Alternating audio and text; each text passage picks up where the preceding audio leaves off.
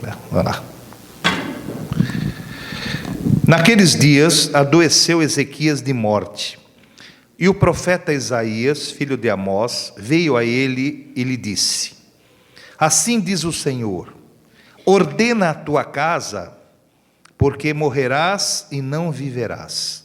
Então virou o rosto, o rei, o Ezequias, virou o rosto para a parede e orou ao Senhor, dizendo: ah, Senhor, se é servido de te lembrar que andei diante de ti em verdade e com o coração perfeito, e fiz o que era reto aos teus olhos.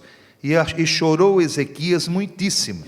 Sucedeu, pois, que não havendo Isaías ainda saído do meio do pátio, veio a ele a palavra do Senhor, dizendo: volta e diz a Ezequias, chefe do meu povo: assim diz o Senhor, Deus de Davi teu pai, ouvi a tua oração e vi as tuas lágrimas, e eis que te sararei ao terceiro dia, subirás à casa do Senhor, e acrescentarei aos teus dias 15 anos, e das mãos do rei da Síria te livrarei, e a ti e esta cidade, e ampararei esta cidade por amor de mim e por amor de Davi teu servo, meu servo.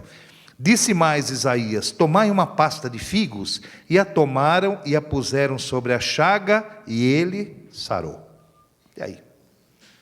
Pai de poder, fala conosco na simplicidade agora, em nome do Senhor Jesus, para que nós possamos passar aquilo que o Senhor tem sobre a nossa vida, a respeito desse texto, para crescermos na graça e no conhecimento, em nome de Jesus. Amém. O rei Ezequias estava doente, e essa doença era para a morte, até então ele não sabia disso.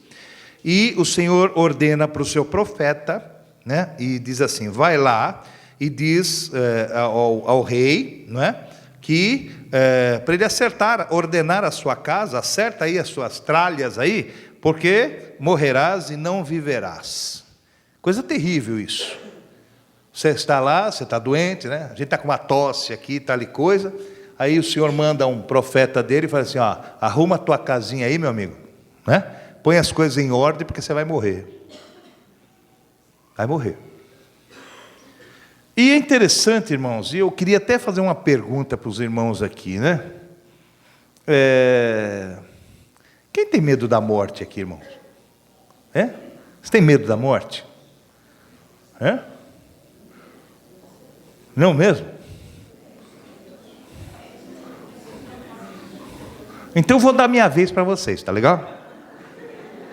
Quando chegar a minha vez, eu falo: ô Senhor, tem um monte lá que está afim, leva eles então, é isso? Compadre. O negócio não é brincadeira. A morte é um rompimento, é uma coisa terrível.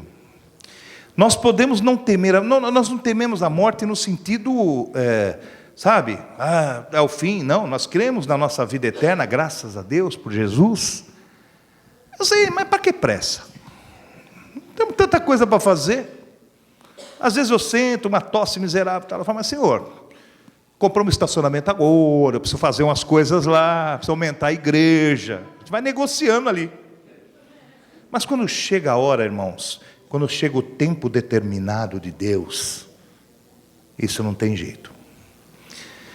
Mas será que não tem jeito mesmo? Ele chega para Ezequias, manda o profeta falar com Ezequias, e diz assim: ordena a tua casa aí, porque você vai morrer. Ezequias era um homem de Deus, irmãos. É um homem de Deus. Tanto é que ele vira na oração e fala assim: ah, Senhor, ser servido, quer dizer, se lembra aí, de que eu andei diante de ti em verdade. Olha só. E com o meu coração perfeito, eu fiz o que era reto aos seus olhos. Olha só. E chorou Ezequias muitíssimo. Por que será que ele chorou? Se ele era um homem reto, se ele era um homem que fazia a vontade de Deus, ele tinha certeza então de que ele estava nas mãos de Deus, por que esse medo? Alguns estudos dizem, meus irmãos, que talvez não fosse o medo em si da morte, porque naquela época, no conceito judaico, aquele que morria cedo, era porque ele tinha alguns pecados, ele era condenado por isso. por ele não estar reto diante das coisas de Deus, por ele não estar, o morrer cedo para eles era um castigo. Entendeu o que eu quero dizer? Não era, talvez ele tenha pensado, Senhor, vou morrer, não sou muito velho, mas então eu fiz alguma coisa de errado. E ele chega na oração e fala assim, mas Senhor, eu fiz o que era reto, eu obedeci, eu te servi. Isso valeu, vocês vão ver que valeu, claro, diante de Deus. Chorou o sentido, talvez com aquele peso de dizer, puxa, acabei sendo condenado, sendo prejudicado. Por quê? Porque eu estou morrendo cedo. Talvez esse fosse o sentimento. Há estudos que dizem que pode ter sido isso. Ou pode ter sido mesmo medo da morte, medão mesmo, como muitos de nós temos e não queremos. Não é que temos medo, mas quanto mais protelar, melhor. Não é? Porque às vezes a turma chega no velório e fala, coitado, descansou. Se o morto pudesse dar uma resposta para você, ele, eu queria viver cansado, meu amigo. Deixa eu cansado aí. Mas ele não pode mais falar. Mas o que eu quero dizer a vocês é o seguinte, que seja qual for o sentimento que batia no coração do rei Ezequias, ele teve força de chegar diante de Deus. De que forma? Senhor, fui reto aos teus olhos. Fiz a tua vontade, fui obediente, meu coração estava posto nos teus propósitos. Será que todos nós aqui podemos chegar, se vier um profeta e falar assim, arruma aí que você vai partir? Será que nós temos essa segurança de chegar para virar para Deus e dizer assim, olha, Senhor, estou te servindo, será? Isso já é uma questão. Ele podia fazer. Ele podia dizer isso, que ele estava reto diante de Deus. Depois ele toma uma posição interessante. Diz aqui que quando ele foi orar, diz assim, e ele virou o seu rosto para a parede. Por que será que ele virou o rosto dele para a parede, irmãos? É interessante isso. É interessante você entender que isso é uma figura. Sabe que na nossa oração, talvez ele virou os seus olhos para não ser contaminado com absolutamente mais nada. Ele olhar assim para uma coisa abstrata, para nada desviar a sua atenção, a sua comunicação com Deus naquele momento. Eu não falo para vocês, feche os olhos que nós vamos orar. Não é isso. Mas, sabe, irmãos, quando nós estamos em oração, o mínimo que alguma coisa acontece, você desvia a sua atenção. Então, quanto mais nós estivermos focados naquilo que queremos falar com Deus, a sua oração tem um propósito mais eficaz. Não é à toa a turma fala assim, Jesus deixava e ia para o monte orar. Muitas igrejas, eu mesmo já fui muitas vezes, algumas igrejas já foram, muitos irmãos já foram, orar no monte, porque Deus se manifesta. Por que Deus se manifesta lá e não se manifesta no teu banheiro? Por que você se afasta para ter um momento de oração? Você se afasta, você vai num monte, não é porque Deus só opera não, porque lá, o que acontece? Os seus olhos não estão contaminados com absolutamente nada. Primeiro que é um breu, a gente vai de noite, é uma escuridão, aquilo não desvia a tua atenção, não tira você do foco, então não acontece absolutamente nada, então você está ali focado, você pode estar ali firme com Deus, que nada vai te... nada vai influenciar em você, porque as influências fazem com que a gente se afundem. Lembra quando Jesus falou, você pode andar nas águas? Posso, então vem. E Pedro começou a andar, certo? Até que o vento não bateu e ele não perdeu o foco e ele não desviou, ele estava andando. Quando ele se preocupou, que ele viu que ele estava na água e bateu o ventinho, afundou. Então, irmãos, às vezes você fechar os olhos é mais uma intimidade com Deus.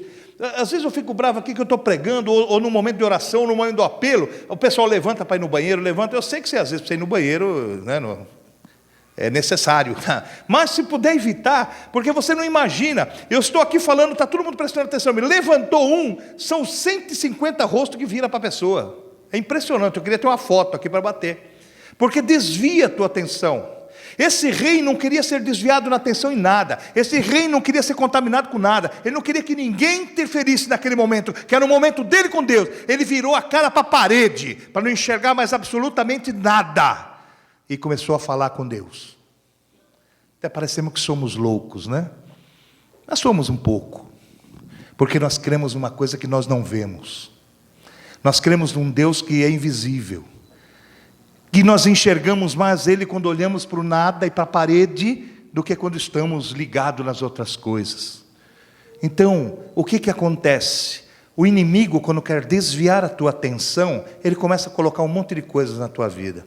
Então, você vem para a igreja, ou você é batizado, ou você faz alguma coisa, você começa, parece que quando depois que eu vim, as coisas complicaram, parece que depois que eu abracei a fé, o negócio ferveu, parece que as coisas, tudo está mais difícil, eu decidi me batizar, semana que deu tudo errado, o que está acontecendo? O diabo está forçando, está lutando, para desviar a tua atenção do foco.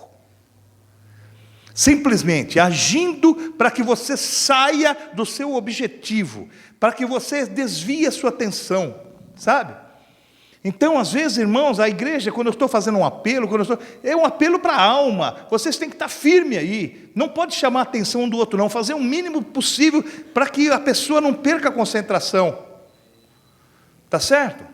Não perca aquilo, porque é um momento certo que Deus vai agir. Esse rei virou para a parede, meus irmãos, para nada, né? Ele poderia gritar, chorar para todo mundo ver, não, foi um momento de intimidade com Deus, olhou ali e clamou de uma forma que nada ia tirar aquela comunhão que ele estava com Deus, não é isso? Meus irmãos, eu creio que essas coisas acontecem para que nós possamos entender que Deus é poderoso. Ele nem estava, eu não creio nem que ele estava com medo da morte, não. Mas ele estava, meus irmãos, buscando de Deus aquilo que eles tinham como, será, onde eu errei? Se eu estou indo tão cedo, onde é que eu errei? Porque, como eu já disse, os costumes judaicos eram que aqueles que morriam cedo é porque tinham problemas a acertar espiritualmente. Mas ele vira para a parede e começa a orar e fala para o Senhor, ser servido de te lembrar que andei diante de ti em verdade e com o coração perfeito eu fiz que era reto aos seus olhos, e chorou Ezequias muitíssimo. Sucedeu, pois, que não havendo Isaías ainda saído do meio do pátio, porque é o seguinte, o profeta aqui também chegou, deu a notícia e tchau mesmo, hein? Falou, prepara a tua casa aí que você vai morrer, esse é o recado. E foi embora. Você vê que o negócio foi tão instantâneo, Deus é socorro tão presente, Deus ouve você de tal maneira instantaneamente, que o profeta nem tinha acabado de sair do pátio do palácio, né? Deus manda o profeta voltar, né? Você vê como a oração que passa do telhado, ela chega no trono de Deus com uma rapidez.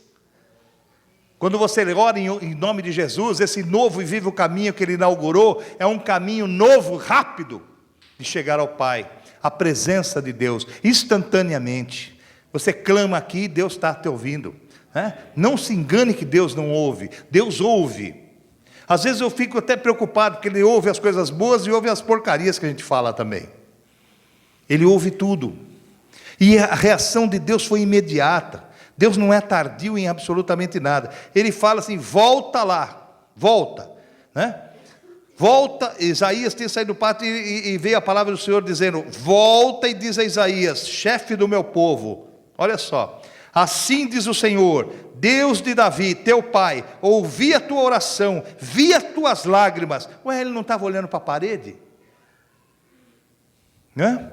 Eis que te sararei, ao terceiro dia subirás à casa do Senhor. Olha que coisa. Aí o profeta chega lá e vai, e ainda vocês veem que ele vai acrescentar mais 15 anos para o rei Ezequias. Quer dizer, a resposta da oração imediata, não é para depois, não é para amanhã, mas de imediato Deus respondeu para esse rei. Por quê, hein? Porque aquele que está anelado com Deus, como ele estava, fazia a vontade de Deus, era servo de Deus, era obediente às coisas de Deus, é de imediato, meu irmão. Porque Deus está presente na tua vida. Quando o Senhor Jesus falou assim, sede um comigo como eu sou um com o Pai. Então quando nós estamos no caminho do Senhor, nós estamos com Ele sim, firme e forte. Agora, quando você está em pecado, quando você está fazendo uma coisa errada, quando a tua oração vai demorar um pouco mais. Vai demorar um pouco mais. Porque a sua oração tem que vir acompanhada do seu arrependimento, e às vezes o nosso arrependimento vacila, demora um pouco. Porque até caímos na real que nós erramos, irmãos. Você sabe que a pior coisa é quando nós não reconhecemos o nosso erro. Essa é a pior coisa. Quando nós reconhecemos o nosso erro, só tem um caminho, o conserto. Agora, quando nós não reconhecemos, achamos que tudo é bom, sabe?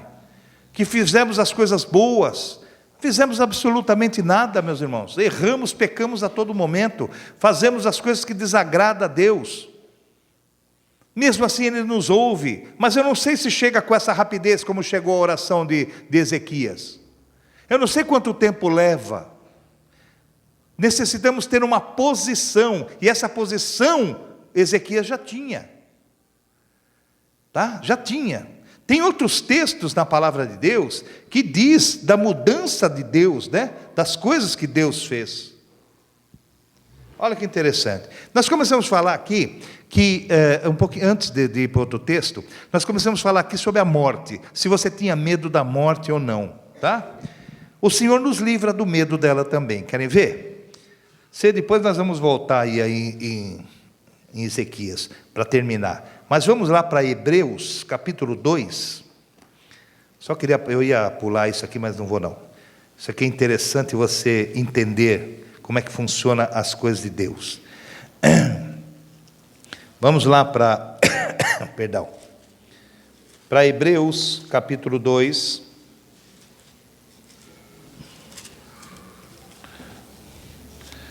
Espera aí que Hebreus sumiu da minha Bíblia, está aqui.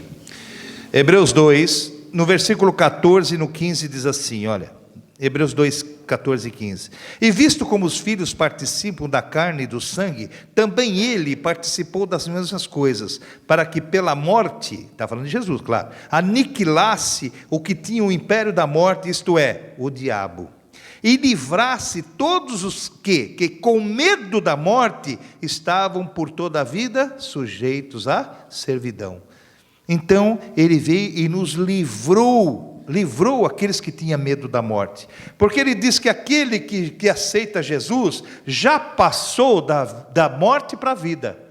Então, irmãos, todo mundo tem medo da morte. O diabo nos acusa nisso. Vou acabar com você, vou fazer isso aqui, você vai morrer. Mas quando você está com o Senhor, esse medo já não tem mais. Lógico que ninguém quer morrer, mas esse medo, ele já não usa esse medo contra nós. Ele já não tem poder de usar isso contra nós. Porque sabemos que aquele que tem o filho tem a vida, e aquele que não tem o filho não tem a vida. Porque não está na mão do inimigo, a morte, irmãos. Embora ele use muito isso para te amedrontar, para me amedrontar. Onde diz isso, você abra lá, por favor, em Apocalipse, capítulo 1,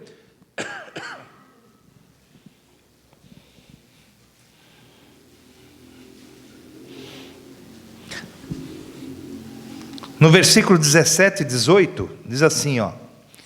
Depois vocês leem o contexto, tá? Senão a gente perde muito tempo. Apocalipse 1, 17 e 18 diz assim, e quando eu vi, caiu aos seus pés como morto, e ele pôs sobre mim a sua destra, dizendo, não temas, eu sou o primeiro e o último. Quem é o alfa e o ômega? Jesus, não é isso? E o que vive, fui morto, né? Mas eis que estou vivo para todo o sempre. Olha só, né? Amém. E tenho as chaves da morte e do inferno. É o diabo que tem a chave do inferno? É nada.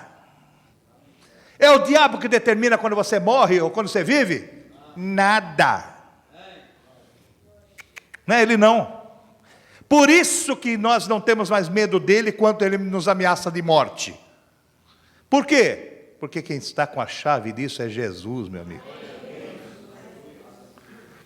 Ontem nós fomos numa apresentação do Walter, numa apresentação lá que ele teve que fazer, né? E a mulher que falou lá, falou umas bobagens que nesse mês nós temos 3 acontecimentos nesse mês que são fundamentais. Eu falei, que será que essa mulher vai falar, né? É o Santo Antônio, São Pedro, São João. Eu falei, eita, nós. Dá vontade de falar, a senhora já está na fogueira, minha senhora. Toma cuidado aí que você já está na fogueira. Né? E depois ela falou assim, e dia 20, que dia é? 29, que é São Pedro, o tal do Pedro é 29? Então, amanhã, né? Amanhã, é. Não comemora isso não, é bobagem. Só estou falando para você ver o que ela falou. E ele que tem lá, ele que é o dono do céu, ela fez assim, né? Você escutou isso, Walter? Ele tem a chave. Eu falei, não é ele que tem a chave. Não é ele que tem a chave. Você viu como esse texto contraria aquela questão que eles falam assim, que o Senhor, Pedro, eis aqui que eu te dou a chave. A chave ali é o símbolo, meus irmãos, não é? Pedro não é a pedra aqui, a pedra é Jesus. Pedro, tu és Petrus, que é uma lasquinha, né? Você lasca, Pedro. Eu sou a pedra, eu sou Petra. O Senhor está dizendo ali no original hebraico. Pedro não é pedra fundamental da igreja, coisa nenhuma. Quem é a fundamental da igreja? A pedra é Jesus Cristo, a principal pedra de esquina. Quando ele deu a chave, ele disse assim, na oração você vai ter, a igreja tem isso, as chaves que está em Cristo, mas simbolicamente está na mão da igreja, porque a igreja é o lugar daqueles que é o lugar onde estão aqueles que hão de se salvar. Então esquece esse negócio que Pedro tem a chave, isso aqui é conversa mole, é isso aí, isso é conversa mole. Vocês acabaram de ver que quem tem a chave da morte e do inferno ali, quem tem a chave de tudo é Jesus. O diabo não tem poder de fazer nada com você. Não temas aquele que pode matar a sua vida e tal. E depois não tem o que fazer com a tua alma, que é a vida eterna, que é essa que vale. Mas tema aquele que pode fazer isso, que é o Senhor. O diabo não tem poder de te levar para o inferno. Eu já disse para você que o diabo não manda em você para você ir para o inferno. Nós vamos para o inferno com as nossas perninhas. Nós vamos para o inferno com os nossos erros. Nós vamos para o inferno com a nossa desobediência. Nós vamos para o inferno com a nossa incredulidade. Não precisa o diabo te levar. As nossas perninhas erradas, pés que se apressam a correr para o mal, diz a palavra. E nossos pezinhos vão. Ele só incentiva. Uma vez eu estava assistindo aquelas Olimpíadas de Inverno. Tem um jogo que eu não sei nem o nome, falar o jogo. O camarada, aqui a turma jogava malha, aquelas botias. Lá é um negocinho, um trocinho que eles jogam virando assim. Não sei se vocês já viram assim. E vai 2 bobão assim, limpando a frente. Vocês já viram isso na televisão? Quando você não tem nada que fazer, não assiste Silvio Santos, assiste isso aí que é melhor. Não é? E eles vão limpando assim, né? Passando, areando assim para aquela pedra correr. Já viram isso na Olimpíada? O diabo só faz isso. Ele só limpa um pouquinho para você escorregar melhor. Mas ele não tem poder de te levar. É você que vai, sou eu que vou se nós não obedecermos. É nós que jogamos fora a nossa salvação. Porque a salvação foi dada a todos. Porque a palavra de Deus diz que na cruz do Calvário o Senhor derramou o seu sangue sobre toda a carne. Naquele momento que ele morreu ali, levou sobre ele todo o pecado, por um instante, a humanidade toda estava salva. E a partir dali, começamos a pecar de novo e cair na desgraça. Eu já dei um exemplo aqui, das provas de música que meu filho fazia. Eu vejo as coisas do mundo e vou associando com as coisas de Deus. Sabe como é que é feito? Eu já falei isso aqui, vou insistir porque falar novamente, que muitos não sabem. Sabe como é que faz a bancada de música para dar nota para você? Você não começa do 0, ao contrário, você começa do 10. Você senta e tem a bancada de música e você começa com 10. Então você começa a tocar. Errou uma nota? Menos meio. Errou um acorde? Menos meio. Então, o que acontece? Você entra com 10, senta ali como exímio tocador, músico. E quando você vai errando, eles vão te tirando a nota. Nós somos assim. O Senhor nos deu 10 em salvação, porque nos deu a salvação de graça e pela graça. O que vamos fazendo? Pelo caminho, vamos perdendo. vamos errando, vamos saindo fora da nota, saindo fora do tom, vamos cantando outra coisa que não são as coisas de Deus, e vamos perdendo a nota, sabe? Até chegarmos à nota vermelha, e vermelho é fogo literalmente. Entenderam, irmãos? Então, nós temos que buscar, por isso que o Senhor diz assim: permanecei, não desvia para a esquerda, para a direita, você vai perder ponto. Vai firme, vai caminhando de fé em fé, de glória em glória, de vitória em vitória. Vai firme, que não tem erro, porque a salvação já foi te dada. Já foi dada a nós a salvação. O Senhor já morreu por você, por mim, morreu por aquele bandido, morreu pela prostituta, morreu por todo mundo. Mas se nós começamos a sair do caminho, sabe? Sair do caminho. Eu estava orando uma vez, faz muito tempo, por uma vida que já nem está conosco mais, mas e vai continuar assim. Eu recebi uma promessa faz não sei quantos anos, eu não recebi até hoje. Mas o que aconteceu? Não sei, eu estava lá, tem a promessa, estava indo tudo bem, depois começou o negócio a dar errado, eu peguei, saí da igreja, larguei as coisas. Eu falei: então você quer receber a promessa de que jeito? Você pede para Deus estar numa posição, a posição do caminho. Entrou no caminho e pediu a Deus as bênçãos. Para onde vai essas bênçãos? Para o caminho. Se você está fora do caminho, elas não te acertam, meu amigo. Você pede aqui como alvo das coisas de Deus, pediu, arredou o pé, foi para o outro lado aqui nervosinho, né? Deus fala: pai, peraí, para que lado vai? E você vai para lá. Não assenta em lugar nenhum, não fica em lugar nenhum, só acha erro em todo lugar. Irmão, cria raiz, porque quando Deus vai aguar você, fala: pô, é lá naquele lugar que Ele está, é lá que vai abençoar. Ele está sempre ali, chova ou faça sol, Ele está ali, no caminho de Jesus, nas coisas de Deus. Agora a gente vê pessoas, está na igreja, de repente está no terreiro, de repente está não sei aonde, de repente mudou de fé, deu um pé em tudo, largou tudo. Que isso, irmão? A bênção não vai te alcançar nunca. Você está sempre saindo fora do alvo. Você sai fora. É como se Deus, porque a bênção, a palavra de Deus diz assim: quando você pede e Deus ouve, já lhe é dada. Então o dardo sai de lá. Se você sai da posição, ele não vai te acertar. Por isso que aquele que está fora, meus irmãos, é muito pior. É muito pior. Aquele que é do Senhor e depois desvia, é como a porca que volta para o despojadouro de lama, ou como o cão que volta para o seu próprio vômito, diz a palavra. Porque você sai fora do alvo de Deus. E eles foram abençoados pelo caminho. Ora, em tudo Deus sinalizou o caminho. No passado, Ele colocava uma nuvem, e o povo andava na nuvem, debaixo da nuvem. De noite não tinha nuvem, não, tinha uma coluna de fogo, eles andavam debaixo da coluna.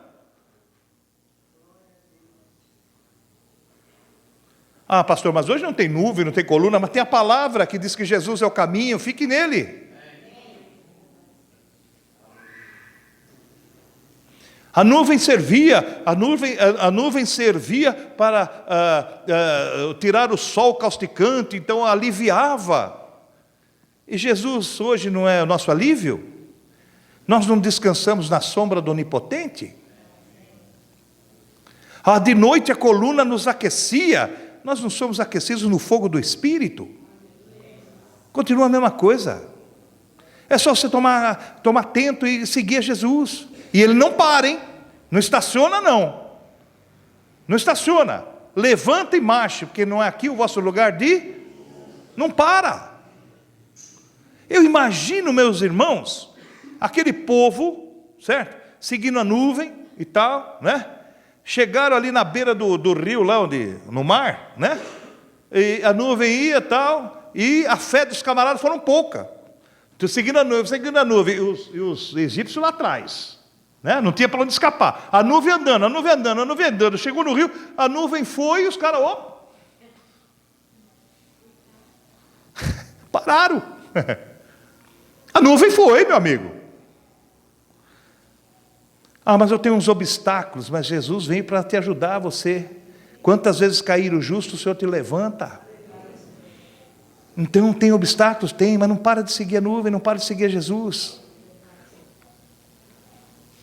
Você já pensou? Às vezes tem crente que tem um probleminha, você dá chuta o pau da barraca, tudo sai tudo fora, larga tudo. Sabe, irmãos? Não dá. Às vezes não, você vai passar sempre aflições, mas não é porque às vezes você larga tudo.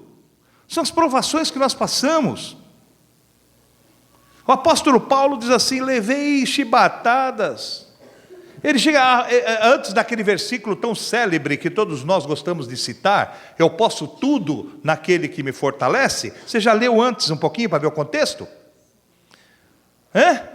Aprendi a viver com nada, aprendi a viver com muito, aprender com mais ou menos, quer dizer, passou por tudo, até que ele foi escolado e chegou e falou assim: mas eu posso tudo naquele que me fortalece, em chibatadas tanto, em nudez, em perigos, entre falsos irmãos, ele diz lá. Mas ele aprendeu, ele permaneceu, certo? E ficou firme. Então o Senhor aqui tem as chaves da morte e do inferno. É Ele que determina. Está na mão de Jesus. Nós estamos na mão de Jesus. Aí vem aquela linha agora de pensamento nas igrejas, que tudo se salva, tudo vai, como chama isso mesmo? Universalismo. Não é universal dessa aí. Universalismo quer dizer, todo mundo vai se salvar, porque já que é Jesus que está com a chave lá, Ele ama todo mundo. Você pensa que isso aqui é o Congresso Nacional que vai acabar em pizza? Não vai não. Porque ao mesmo tempo, o Senhor não está sujeito a nada, irmãos. Nada é superior ao Senhor. Ele está sujeito a uma coisa só: a sua própria palavra. Ele não pode fugir da palavra. A palavra é o prumo de Deus. Ele não pode. Ele está firme na palavra. Aquilo que você plantar, você colhe. Isso é palavra de Deus. Ele não pode isentar você dessa colheita. Não pode. Pode, você pode ser curado? Pode, né? Já contei aqui, eu tenho um irmão que hoje é pastor, né? E ele viveu numa república de estudantes lá em Londres, né? E lá, Deus nos acuda, ele voltou com AIDS. Aí ele se converteu aqui. Hoje ele é pastor, né? Prega fora do país, para o Fernando. É pastor, tudo bem, tá? Mas o que acontece? Ele continua com AIDS. Deus tem segurado, tem. Mas por que Deus não livrou ele, já que agora ele é um servo de Deus e não sei o quê? Ué, porque o que ele planta colhe, ele vai ter que, né? Esses camaradas entram no presídio, aí se convertem lá dentro. Será que as almas deles são salvas? São, tudo bem, eu acho até que Deus perdoou se eles se arrependeram verdadeiramente. Graças a Deus por isso, certo? Mas ele pôs a Bíblia debaixo do braço, eu me converti, os caras, então abre a cadeia, pode soltar o bichinho que ele já está bom. É assim que acontece? Ele cumpre a pena, porque o que ele plantou, ele colhe. Nós precisamos aprender isso, irmãos. Cuidado com a safra. Sabe? Você pode se arrepender, você pode fazer tudo, mas o que acontece? O Senhor pode livrar? Pode retardar? Pode, acrescentar mais 15 anos? Pode. Mas você vai plantar você vai colher o que você plantou, não adianta. É lei, é palavra de Deus, não dá para fugir disso. Então, por isso que Deus fala: toma cuidado, desperta tu que dormes. Fica firme aí, porque as coisas acontecem desta forma. Está entendendo? Não sei porque eu estou aqui, não falei nada que está aqui. Ficou virando a página aí, não é verdade? Então, irmãos, temos que ficar firmes nisso. Porque Deus pode mudar? Muda, mas de acordo com a nossa mudança. Lembra a história de Jonas? Capítulo, acho que é o primeiro capítulo de Jonas lá, que vai de 1 a 10 lá. Que diz lá que Deus chama Jonas e fala assim: vai lá a Nínive e diz isso para eles. E Jonas fala: eu não vou nada não, eu não vou, eu vou pegar o barquinho e vou para outro lugar. Mas quando Deus determina, o peixe vai lá, engole ele, vai vomitar ele lá em Nínive, lá onde ele quer. Lá onde Deus tinha mandado. Por quê? Porque tinha um propósito, aquela cidade ia ser destruída. Mas Deus tinha convicção de que alguém pregasse para eles, eles iam mudar. Eles iam se transformar, e foi o que aconteceu. Nínive não foi destruída porque eles mudaram, e Deus falou assim: já que eles mudaram, já que eles se arrependeram, já que eles se transformaram, não vamos destruir mais. Mas precisava ter alguém ir lá para dizer isso para eles, e Jonas estava fugindo disso. Você pensa que Deus não pode mudar a tua vida? Pode. Você pensa que eu estou aqui com uma dor de garganta miserável e falando aqui uma hora, é para que Deus alcance a tua vida e transforme. E se você estava destinado a ser derrotado, se você estava destinado a ser condenado, se você entrou aqui desistindo da vida, que nem nós cantamos, que você entrou aqui apático, dizendo não tem mais jeito, só acontece desgraça. Eu quero dizer para você que se você tiver fé, crê no Senhor Jesus. Eu estou crendo em Jonas pregando para Nínive. Mas eu não sei nada disso, eu não entendo nada disso. Sabe qual era o conceito de Deus para os ninivitas? Eles não discernem a sua mão direita não sabiam nada. Eu não quero, você entrou aqui, você pode ser um catedrático na Bíblia de 500 anos, mas você pode ter entrado aqui hoje e nunca abriu uma Bíblia na sua vida. Eu quero dizer para você, você não está discernindo a direita da esquerda espiritualmente. Não importa, você crê que Jesus pode mudar a sua vida? Você crê que você pode passar da morte para a vida hoje? Você crê que Deus pode resgatar você da sua vã maneira de viver, dessas coisas que só dão um negativo, que só está no fundo do poço, que só dá encrenca para você, resgatar você desse charco e levar para a maravilhosa luz? Você crê nisso? Amém. Deus muda a sentença da tua vida. Porque Ele muda, quando Ele quer mudar, Ele muda, meus irmãos, sabe? Abra, por favor, em Ezequiel 33. Ezequiel 33.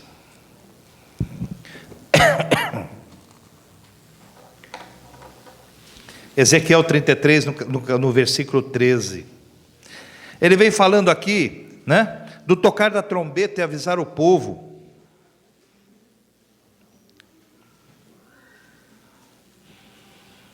Mas olha o que acontece aqui, no 33, 13. Vocês leem depois, né, o contexto, mas só nesse versículo aqui, está dizendo assim: quando eu disser ao justo que certamente viverá, então ele está falando para o justo, que você vai viver porque você é justo, e ele, olha só, confiando na sua justiça, na justiça de quem? Dele próprio. Achar que é você que está certo, achar que você consegue alguma coisa pela tua força, achar que você é o bom, achar que, sabe, irmãos, se você ganha bem é porque Deus te capacitou. Você quer saber? Está certo? Porque tem muito catedrático aí que está catando latinha, sem a bênção de Deus.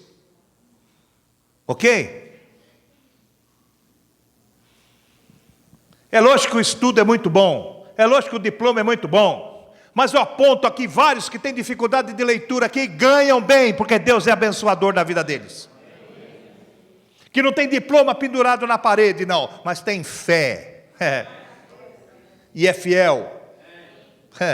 Quando eu disser ao justo que certamente ele viverá, e ele confiando na sua justiça praticar iniquidade, é aquele 10 que ele já foi perdendo nota, foi praticando iniquidades, pecados. Senhor, Senhor, em teu nome eu fiz, em teu nome eu preguei, em teu nome eu realizei. Ele fala: apartai-vos de mim, vós que praticais, eu não vos conheço. Que coisa! E ele diz assim, e eles, confiando na sua justiça, praticar iniquidade, não virão em memória todas as suas justiças. Quer dizer, não adianta, é a iniquidade que vai prevalecer, mas na sua iniquidade, quer dizer, não vai trazer na sua cabeça as coisas boas, mas as más, né? Na sua iniquidade que ele pratica, ele morrerá. Está escrito aí, está vendo aí? Quer dizer, a alma que pecar, essa morrerá, está escrito. Que coisa! Há um versículo que muita gente confunde, que diz assim: o pai não paga pelo filho, o filho não paga pelo pai. Isso é em salvação, meus irmãos, porque em outras coisas nós padecemos sim. Claro que padecemos, muito.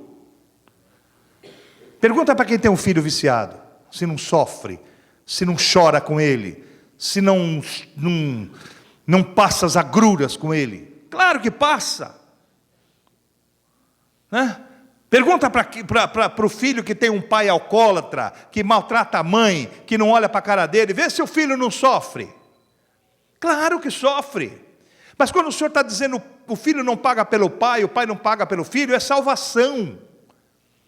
A alma que pecar, essa morrerá. Não é porque o seu pai é um alcoólatra, um perdido, um não sei o quê, que você vai para os quintos dos infernos junto com ele. De jeito nenhum.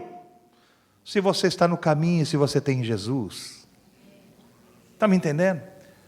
O pai criou o filho de uma maneira correta, igual a todos. Tem 10 filhos, um é uma ovelha negra e tal. Ele fez as coisas certas. Agora o filho se perdeu, entrou na iniquidade, sabe das coisas, mas largou. Certo? O filho vai ser condenado e o pai não. Não está falando do sofrimento dessa carne, que esse sofrimento dessa carne nós sofremos, nós sofremos. Claro que sofremos. Quem não tem um parente aí que dá problema? Atire a primeira pedra. Não é? Quem não tem um? Sempre tem um. Sempre tem um. Eu estou falando isso porque é bíblico. Quer que eu te diga um monte de irmãos aí que não deu certo na Bíblia? Logo os primeiros lá já se mataram. Depois Saúl e Jacó, a mesma coisa. Depois vai para os irmãos de José, jogaram ele no buraco. Venderam ele. E vai indo assim. Tem um filme que fala assim, eu só sei que é assim. E assim vai. Entendeu? Então, isso é bíblico.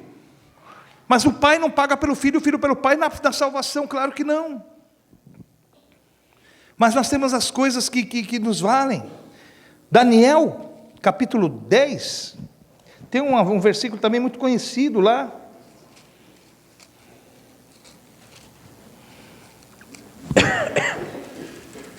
Daniel 10, capítulo 10, versículo 12. Né? O anjo vem para anunciar para Daniel as coisas que iam acontecer. E Daniel ali, com todo o jejum, com tudo aquilo que ele tinha feito, mas olha só no 12, a razão de tudo isso. 10, 12, de Daniel diz assim: então me disse, o Senhor disse, não temas, Daniel, porque desde o primeiro dia em que aplicaste o teu coração a compreender e a humilhar-te perante o teu Deus, olha só as condições, desde o primeiro dia, então não foi só o primeiro, não, foi o primeiro e muitos outros, Daniel orava sempre, certo? Que aplicaste o teu coração, de que maneira? A compreender e a humilhar-se diante do Senhor. Tem muita gente que evoca o Senhor no sentido de indagar de Deus o porquê. Senhor, por que o Senhor está fazendo isso aí? Não estou entendendo. O Senhor é amor, isso aqui, e eu estou passando essas coisas, justo comigo o Senhor faz isso aqui, eu sou servo de Deus. Sabe, você está bronqueando Deus, você está orando. Você está esperneando numa coisa que você não compreendeu. Primeiro, meus irmãos, que Deus é soberano sobre tudo, faz o que quer, da maneira que quer. Primeiro lugar, tá certo? O que eu vou fazer? Eu, quando às vezes vou orar para uma pessoa que Deus mostra que é Ele que está agindo na pessoa, eu paro de orar. Porque com o diabo, modestamente, eu posso, sabe? Deus está comigo, é maior, eu piso ele mesmo, tá certo? Mas quando é Deus agindo, e muitas vezes o diabo tem costa larga, porque é Deus fazendo as coisas, então nós não podemos interferir, de maneira nenhuma. Muitas vezes eu boto a mão, o Senhor fala assim, olha, sou eu que estou no meio disso. Eu tiro a mãozinha e falo, Senhor, estabelece o teu poder, faça-se a tua vontade, amém. Quem sou eu para ir contra o Senhor? Com o diabo eu posso, mas com Deus não. Então nós temos que compreender isso. E ele diz assim: desde o primeiro dia em que aplicaste o teu coração a compreender e a humilhar-se, quando nós compreendemos que Deus é poderoso, só sobra uma ação para nós, baixa serviço e aceita. Não é? A humilhar-te perante o teu Deus, são ouvidas as tuas palavras, e eu vim por causa das tuas palavras. O anjo veio. Tá? Então Deus não te abandona. Desde o primeiro momento que você tem clamado, desde o primeiro instante que você tem diante de Deus. Mas que jeito? Clamado assim: Senhor, está jogando na cara? Não, mas compreendendo o poder de Deus e humilhando-se, dizendo: Senhor, como Jesus fez: Pai, se for possível, afasta de mim esse cálice, se não, faça-se a tua vontade. Ponto. Acabou. E Deus fez a vontade. Fez a vontade dele. E Jesus tomou o cálice mesmo. Passou por tudo aquilo que tem que passar. Então, irmãos, mas Deus muda. Deus faz as coisas de acordo com as suas, né? A sua vontade. Não precisa abrir não. Salmo 143, 10 diz assim: ensina-me a fazer a tua vontade, Senhor. Até isso nós precisamos aprender, a fazer a vontade de Deus na nossa vida. Né? Que nós temos que ter o culto racional para ver qual é a perfeita e agradável vontade de Deus para vós. Temos que ver qual é a vontade de Deus para nós. Hoje, na reunião com os oficiais da igreja, nós lemos um texto, meus irmãos, lá em Joel, obrigado. Lá em Joel, nós lemos o texto que diz lá: e tudo que a locusta, o gafanhoto, o pulgão consumiu, eu te retribuirei, eu devolverei os anos consumidos por esse exército que eu enviei. Aí você fala: peraí, mas Deus que enviou esses aí tudo? Deus que enviou. Deus que enviou. Sabe? Deus enviou sim, para conserto. Ele vai consertar. Vai consertar. Se o dinheiro faz mal para a tua vida e Deus vai ver que você vai se perder, vem o gafanhoto e come o teu dinheiro mesmo, porque se você tiver dinheiro você não vem nem na igreja. Dá para entender não? Eu não estou ameaçando, eu estou constatando um fato para você. Ok? Isso não quer dizer que você vai pedir a porção que você está acostumado, deve pedir tudo. Mas Deus sabe se isso vai turbar o teu coração ou não vai. Eu não sei, eu estou aqui para pedir, mas Deus sabe. Trabalho, não dá nada certo, não ganho nada. Meu amigo, você já parou para pensar que se você tiver, você não... Né? Eu tinha irmão aqui que vinha na igreja toda semana, depois que comprou um carro, não veio mais, o carro ele vai passear. Até quanto a locusta não vai comer esse carro dele e o gafanhoto? Já, já. O diabo. Que diabo que é, rapaz? É Deus fazendo. Então, por isso que nós não temos que colocar o nosso coração nessas coisas materiais. E Deus fala assim: olha, seja inteligente, filhos. Busca o meu reino em primeiro lugar, que as outras coisas eu vos acrescento. Você sabe qual é a nossa grande sabedoria? Viver das coisas acrescentadas de Deus para a nossa vida. Porque não são coisas que nós conquistamos por nós, não, são coisas que Deus nos acrescenta. E quando Ele acrescenta, é bênção. É bênção. Sabe, é bênção. Agora, muda. Deus muda sim. Só o último texto aqui para dizer, penúltimo, que depois eu vou para o último aqui. Abra lá, por favor, em Jeremias capítulo 18. É um texto também famoso, para quem lê a Bíblia, né? É um texto... que decidiu, Deus não muda. Lógico que muda. Muda e muda muito em teu favor. Sempre que for para te ajudar, Deus vai mudar. Acho que vai. Você pai não muda?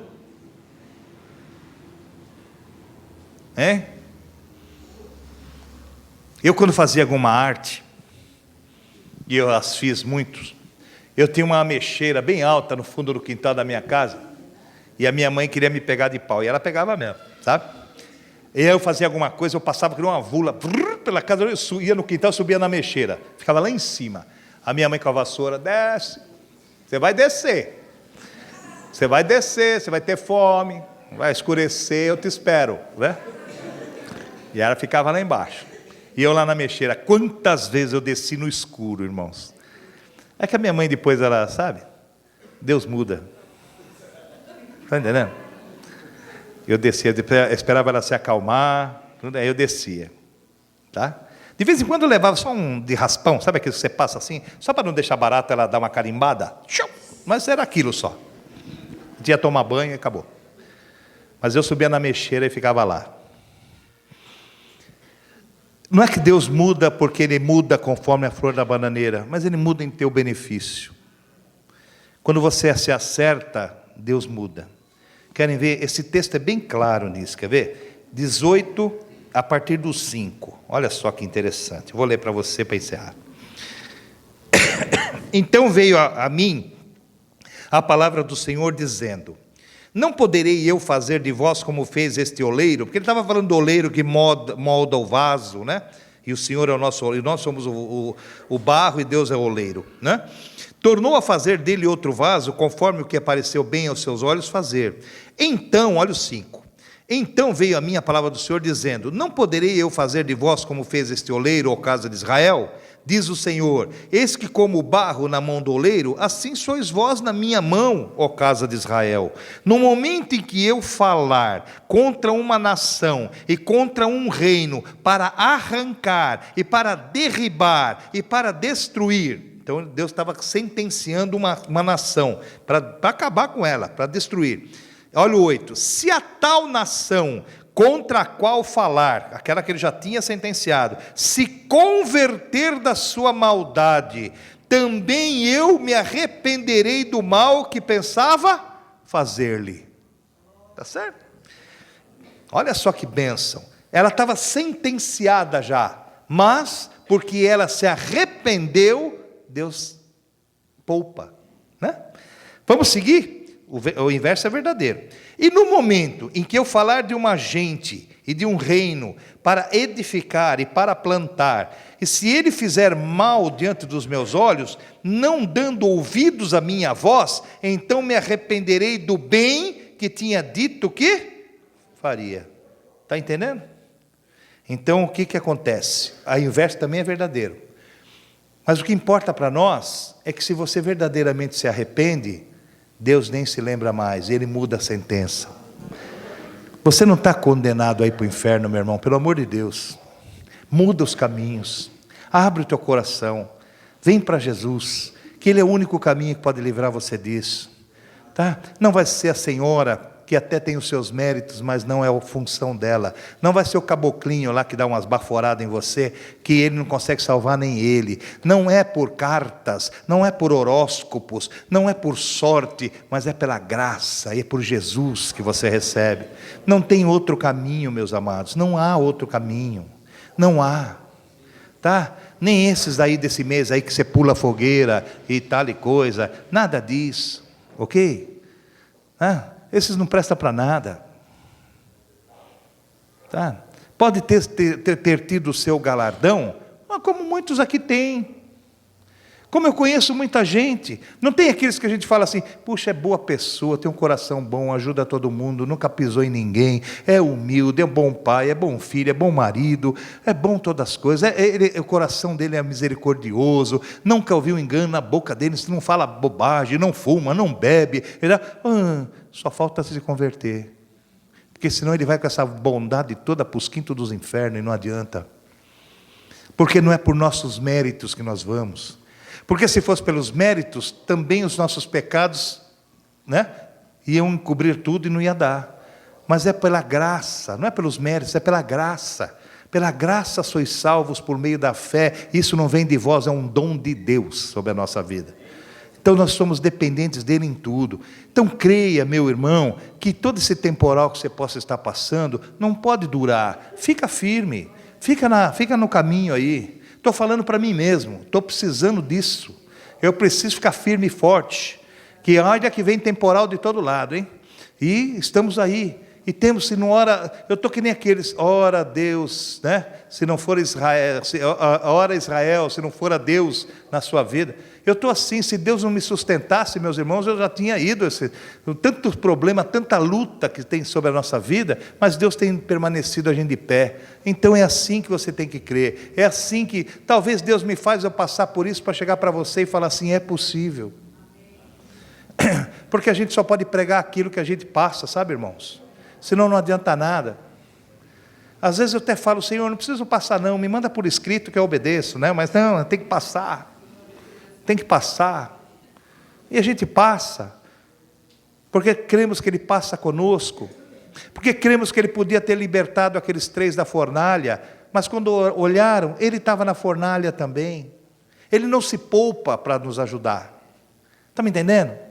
Ele poderia dar uma ordem e falar, não põe meus servos na fornalha. Não, Ele vai junto e fala, ó, está vendo? Vocês não se queimam porque eu estou aqui com vocês. Nós não caímos, eu não caio porque Deus está presente na minha vida, está presente na tua. Quantas vezes você olha e fala assim, não sei como que eu aguentei isso. Não sabe mesmo, é porque Ele estava contigo. Na figura do Espírito dentro de você, consolador, do Espírito dentro de você que dá a direção, do Espírito que está dentro de você que pode as coisas, né? É Ele que nos convence do pecado e do juízo e nos ajuda. Creia nisso, meu irmão. Nós cantamos um hino que diz assim, olha, não desista da vida, você não está só. Não está só mesmo. O Senhor está junto conosco. Creia nisso, meu irmão.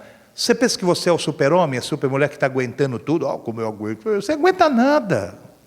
Se Deus tirar por um segundo a mão dele de cima de nós, a gente não suporta nada. Você não suporta nada. Porque se Deus não nos der o consolo, não nos abençoar. Sabe, irmãos? O crente não é super-homem, é que Deus é conosco. E agora sim, para terminar, João 6, ele cumpre a promessa dele na nossa vida e vai cumprir sempre. João capítulo 6, Evangelho de São João capítulo 6, eu vou ler 3 versículos, começar no 37. O Senhor Jesus falando aqui, e ele diz assim, olha, João 6, 37. Tudo que o Pai me dá, virá a mim, e o que vem a mim, de maneira nenhuma, o lançarei fora. Olha que benção. No versículo de número 40, porquanto a vontade daquele que me enviou é esta, que todo aquele que vê o Filho e crê nele, tenha a vida eterna, e eu ressuscitarei no último dia. Olha o 44, podia ter muitos, aqui eu estou pegando alguns só. Ninguém pode vir a mim, se o Pai que me enviou não o trouxer, e eu ressuscitarei no último dia. Isso é promessa de vida eterna para aquele que crê. Amém? Amém. Deus curou aquele rei, deu mais 15 anos para ele. E é interessante, eu só quero fechar com um detalhe. Porque eu tenho muitas pessoas aqui que estão nos médicos, estão passando, né, por cirurgias, estão passando. Falam assim, mas Deus não poderia me curar? Deus não poderia me libertar? Pode, lógico que pode. E se Ele quer fazer com que você passe por isso e você seja vencedor da mesma forma? Mas Ele não curou Ezequias? Curou. Quer abrir, por favor, para terminar lá em 2 Reis 20? Só para terminar, só um detalhezinho que eu lembrei agora, eu não podia deixar de falar. Lembra que nós lemos lá?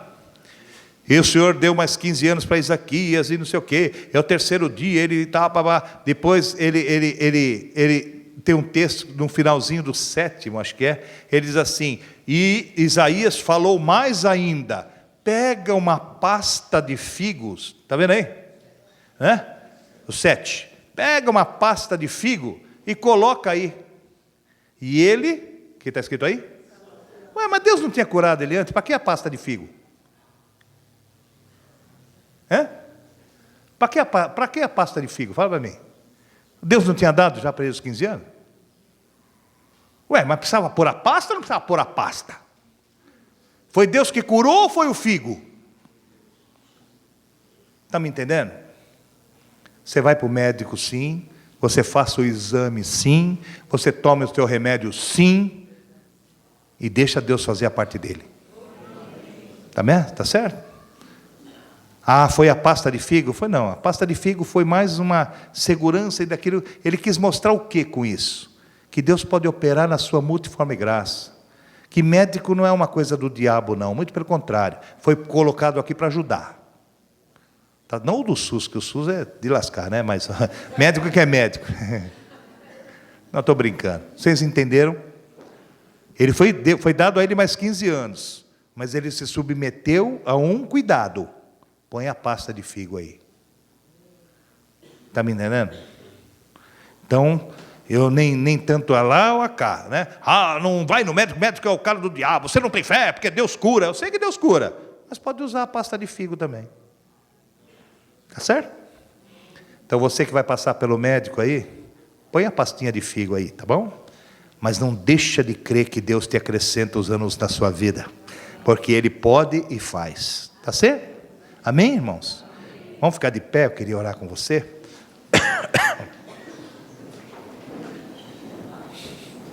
Tudo dependeu de uma coisa. Por que Ezequias foi ouvido? Porque ele orou.